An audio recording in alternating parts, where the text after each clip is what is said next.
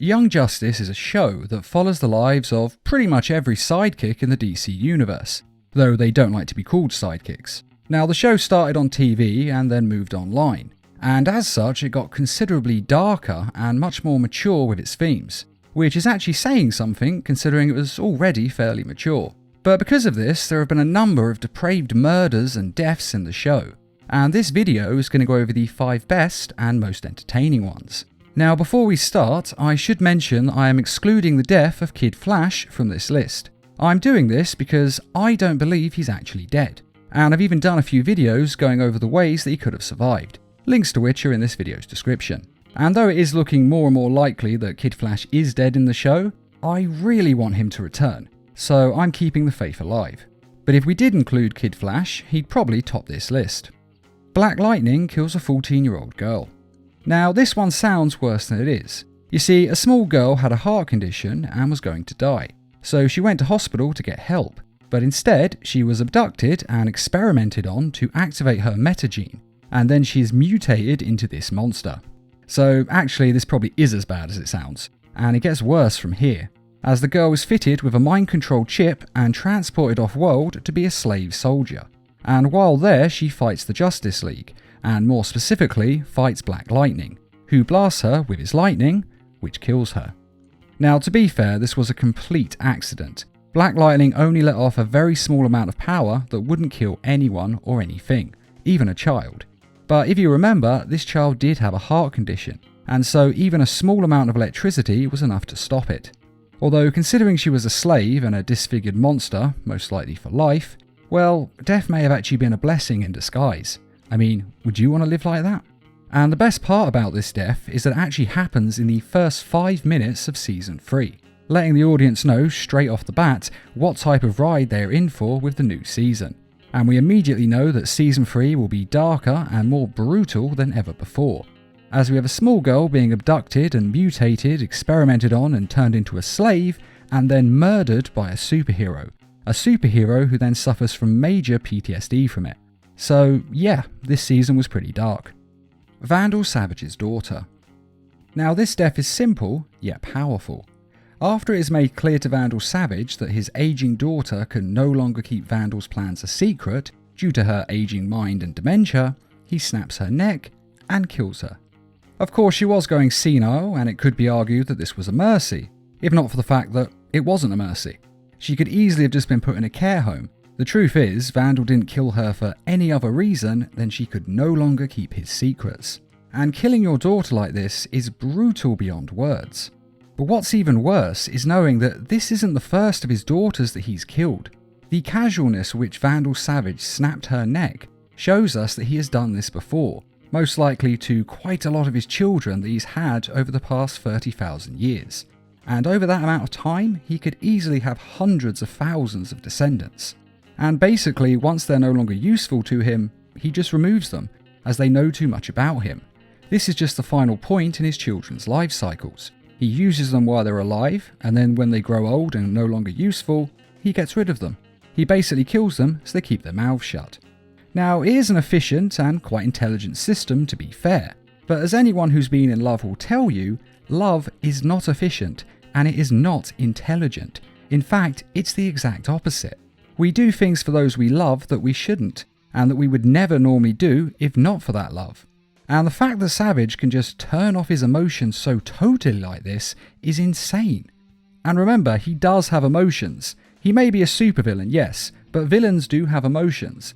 A lot of people think they don't, but they're wrong. They're still human beings, but they're just able to turn them off. And the weirdest part about this whole thing is that he clearly does love his daughter in his own way. The way he wants her to be buried properly, and the way that he feels sad for killing her does show that. But still, he does it so casually and simply. And this scene, more so than anything else in Young Justice, shows us just how cold and calculating Vandal Savage really is. Ocean Master. Now, Ocean Master was disgraced and imprisoned by the heroes of the world. This happens between the series, but it does actually happen in the comics, and I have done a video on this going over the full story. There will be a link in this video's description if you're interested. But basically, he goes to prison for several years, and once he has escaped, he's gone, well, a little bit mental from the whole ordeal, and he becomes a truly evil despot with nothing left to lose. And there's nothing more dangerous than someone who has nothing to lose. And he decides to hurt the heroes in the worst possible way he can, by murdering all of their children. These children regularly gather for a playdate, and his plan is to kill them all in one huge display. Now this is actually called the Light's nuclear option, as they know it'll hurt the heroes more than anything, but it'll also push them beyond the breaking point, and the heroes will then lash out against the villains like never before. And of course, the Light doesn't want this. So they send Lady Shiva to stop Ocean Master, and she does this by beheading him. And there are a few times in superhero animation where chopping off someone's head is not only the right thing to do, but it also saves as many lives as beheading Ocean Master does. And I don't just mean the lives of those who would be killed, the children. After all, these superheroes' children will most likely grow up to become heroes themselves and save lives. And of course, if these kids are killed, then their parents will never be the same. Some may stop being heroes, some may be less effective heroes, and some will go on killing rampages. Basically, if these kids die, a lot of people are going to be affected. So killing Ocean Master is definitely the best thing that can be done. Now you may think, why have you got to kill him? Couldn't you just stop him? And the problem with that is, once you've reached the point where you'll murder a dozen small children in cold blood, you're not going to be able to be stopped by a simple deterrent.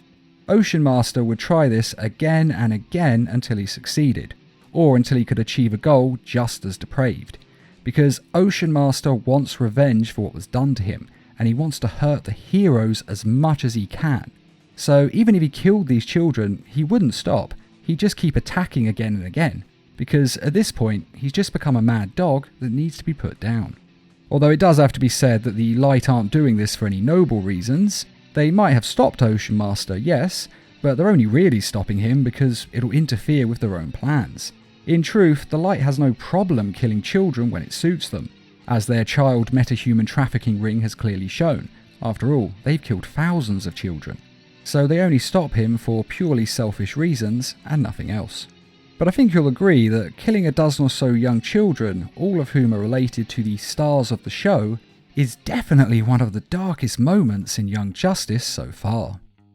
Secret.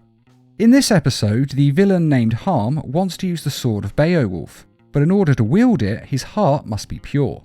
But he's a villain, so how can he be pure-hearted? Of course he finds a loophole, and that is if his heart is pure evil, then he can wield it. After all, the legend never said his heart had to be pure good. So in order to make himself pure evil, he does the most evil thing he can think of, and removes all the goodness from his soul, by killing his little sister, the only thing in the world that he loves. Now, killing someone for power is not exactly a new concept.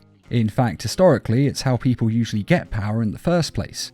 And killing a sibling isn't new either. Hell, the very first murder in history is supposed to be Cain killing his brother Abel. So siblings have been killing each other for a very long time. But what makes this truly barbaric is the fact that it's completely unnecessary. Harm doesn't really need the sword. He isn't sick or starving or in need of a better house or more food. He has all of his needs seemingly met. So he doesn't kill his sister because he's poor and needs power to get rich or something like that. He does it purely because he wants power, and his insatiable lust for that power means he'll do anything to get it. And that's what makes this so dark. It's a look at greed and the dark nature of humans to always want more, even when they already have enough. I mean, Harm was already a kick-ass villain, so this sword was unnecessary. And this story actually shows us that being this greedy not only hurts the ones that we care about, but Harm turning his sister into a ghost is ultimately what takes him down, showing us that human greed is self-destructive in the long run. There's actually a lot of metaphors in this episode. An exploration of that part of the human psyche, and just the exploration of killing your own family, makes this one of the more depraved moments in Young Justice. Geoforce murders his uncle. Over the course of Season 3, we get to know Geoforce's character rather well, as he is one of the stars of the show, and we can relate to him and understand his motivations. Basically, we like the guy and we think of him as a hero, so to see him turn around and commit a murder like this is a bit of a surprise, as not only does he kill someone, but he chokes them to death with lava, a truly horrific way to go. And add to that he's actually murdering his own uncle, And this moment is truly messed up. Though of course we do later learn that Geoforce's mind was actually being manipulated by a psychic member of the Light. Though with that being said, this guy can't control people's minds, he can only boost people's emotions and desires and use it to manipulate them. Meaning, Geoforce did want to murder his uncle, he was just given a bit of a psychic push to push him over the edge so that he got the job done. And it is understandable that he would want him dead. After all, his uncle murdered his parents and stole his kingdom. So Geoforce was understandably upset. So it probably didn't take much pushing to make him kill Baron Delam. Though the real question is whether or not Geoforce would have killed him without the psychic manipulation. Would he have done it regardless? But it doesn't really matter, as it's not what he could have done, but what he did do. And he did kill his uncle, which alienated him from his sister, his girlfriend, and all of his superhero friends, leaving him very much on his own, even losing his brother since he then steals his brother's crown and becomes king himself. Which does add another twisted layer to all of this, as he hasn't just killed the Baron to get revenge for his parents' murders, which we could all understand, but he did it to become king as well, which is kind of selfish and messed up. Although I do have to say, it was entertaining. And that is the 5 best deaths of Young Justice. Now personally I can't actually pick a single favourite of these, as I think they all have good points to them. But what do you think of this list? Which one of these is your favourite? And are there any other deaths that you think should have been included? Be sure to let us know in the comments, and I'd just like to add a quick reminder everyone that we have merchandise available on our store, and to say thanks to all of you who have donated to the Needle Mouse Productions page on Patreon. And as always, thanks for watching, and feel free to subscribe, share, like, and comment.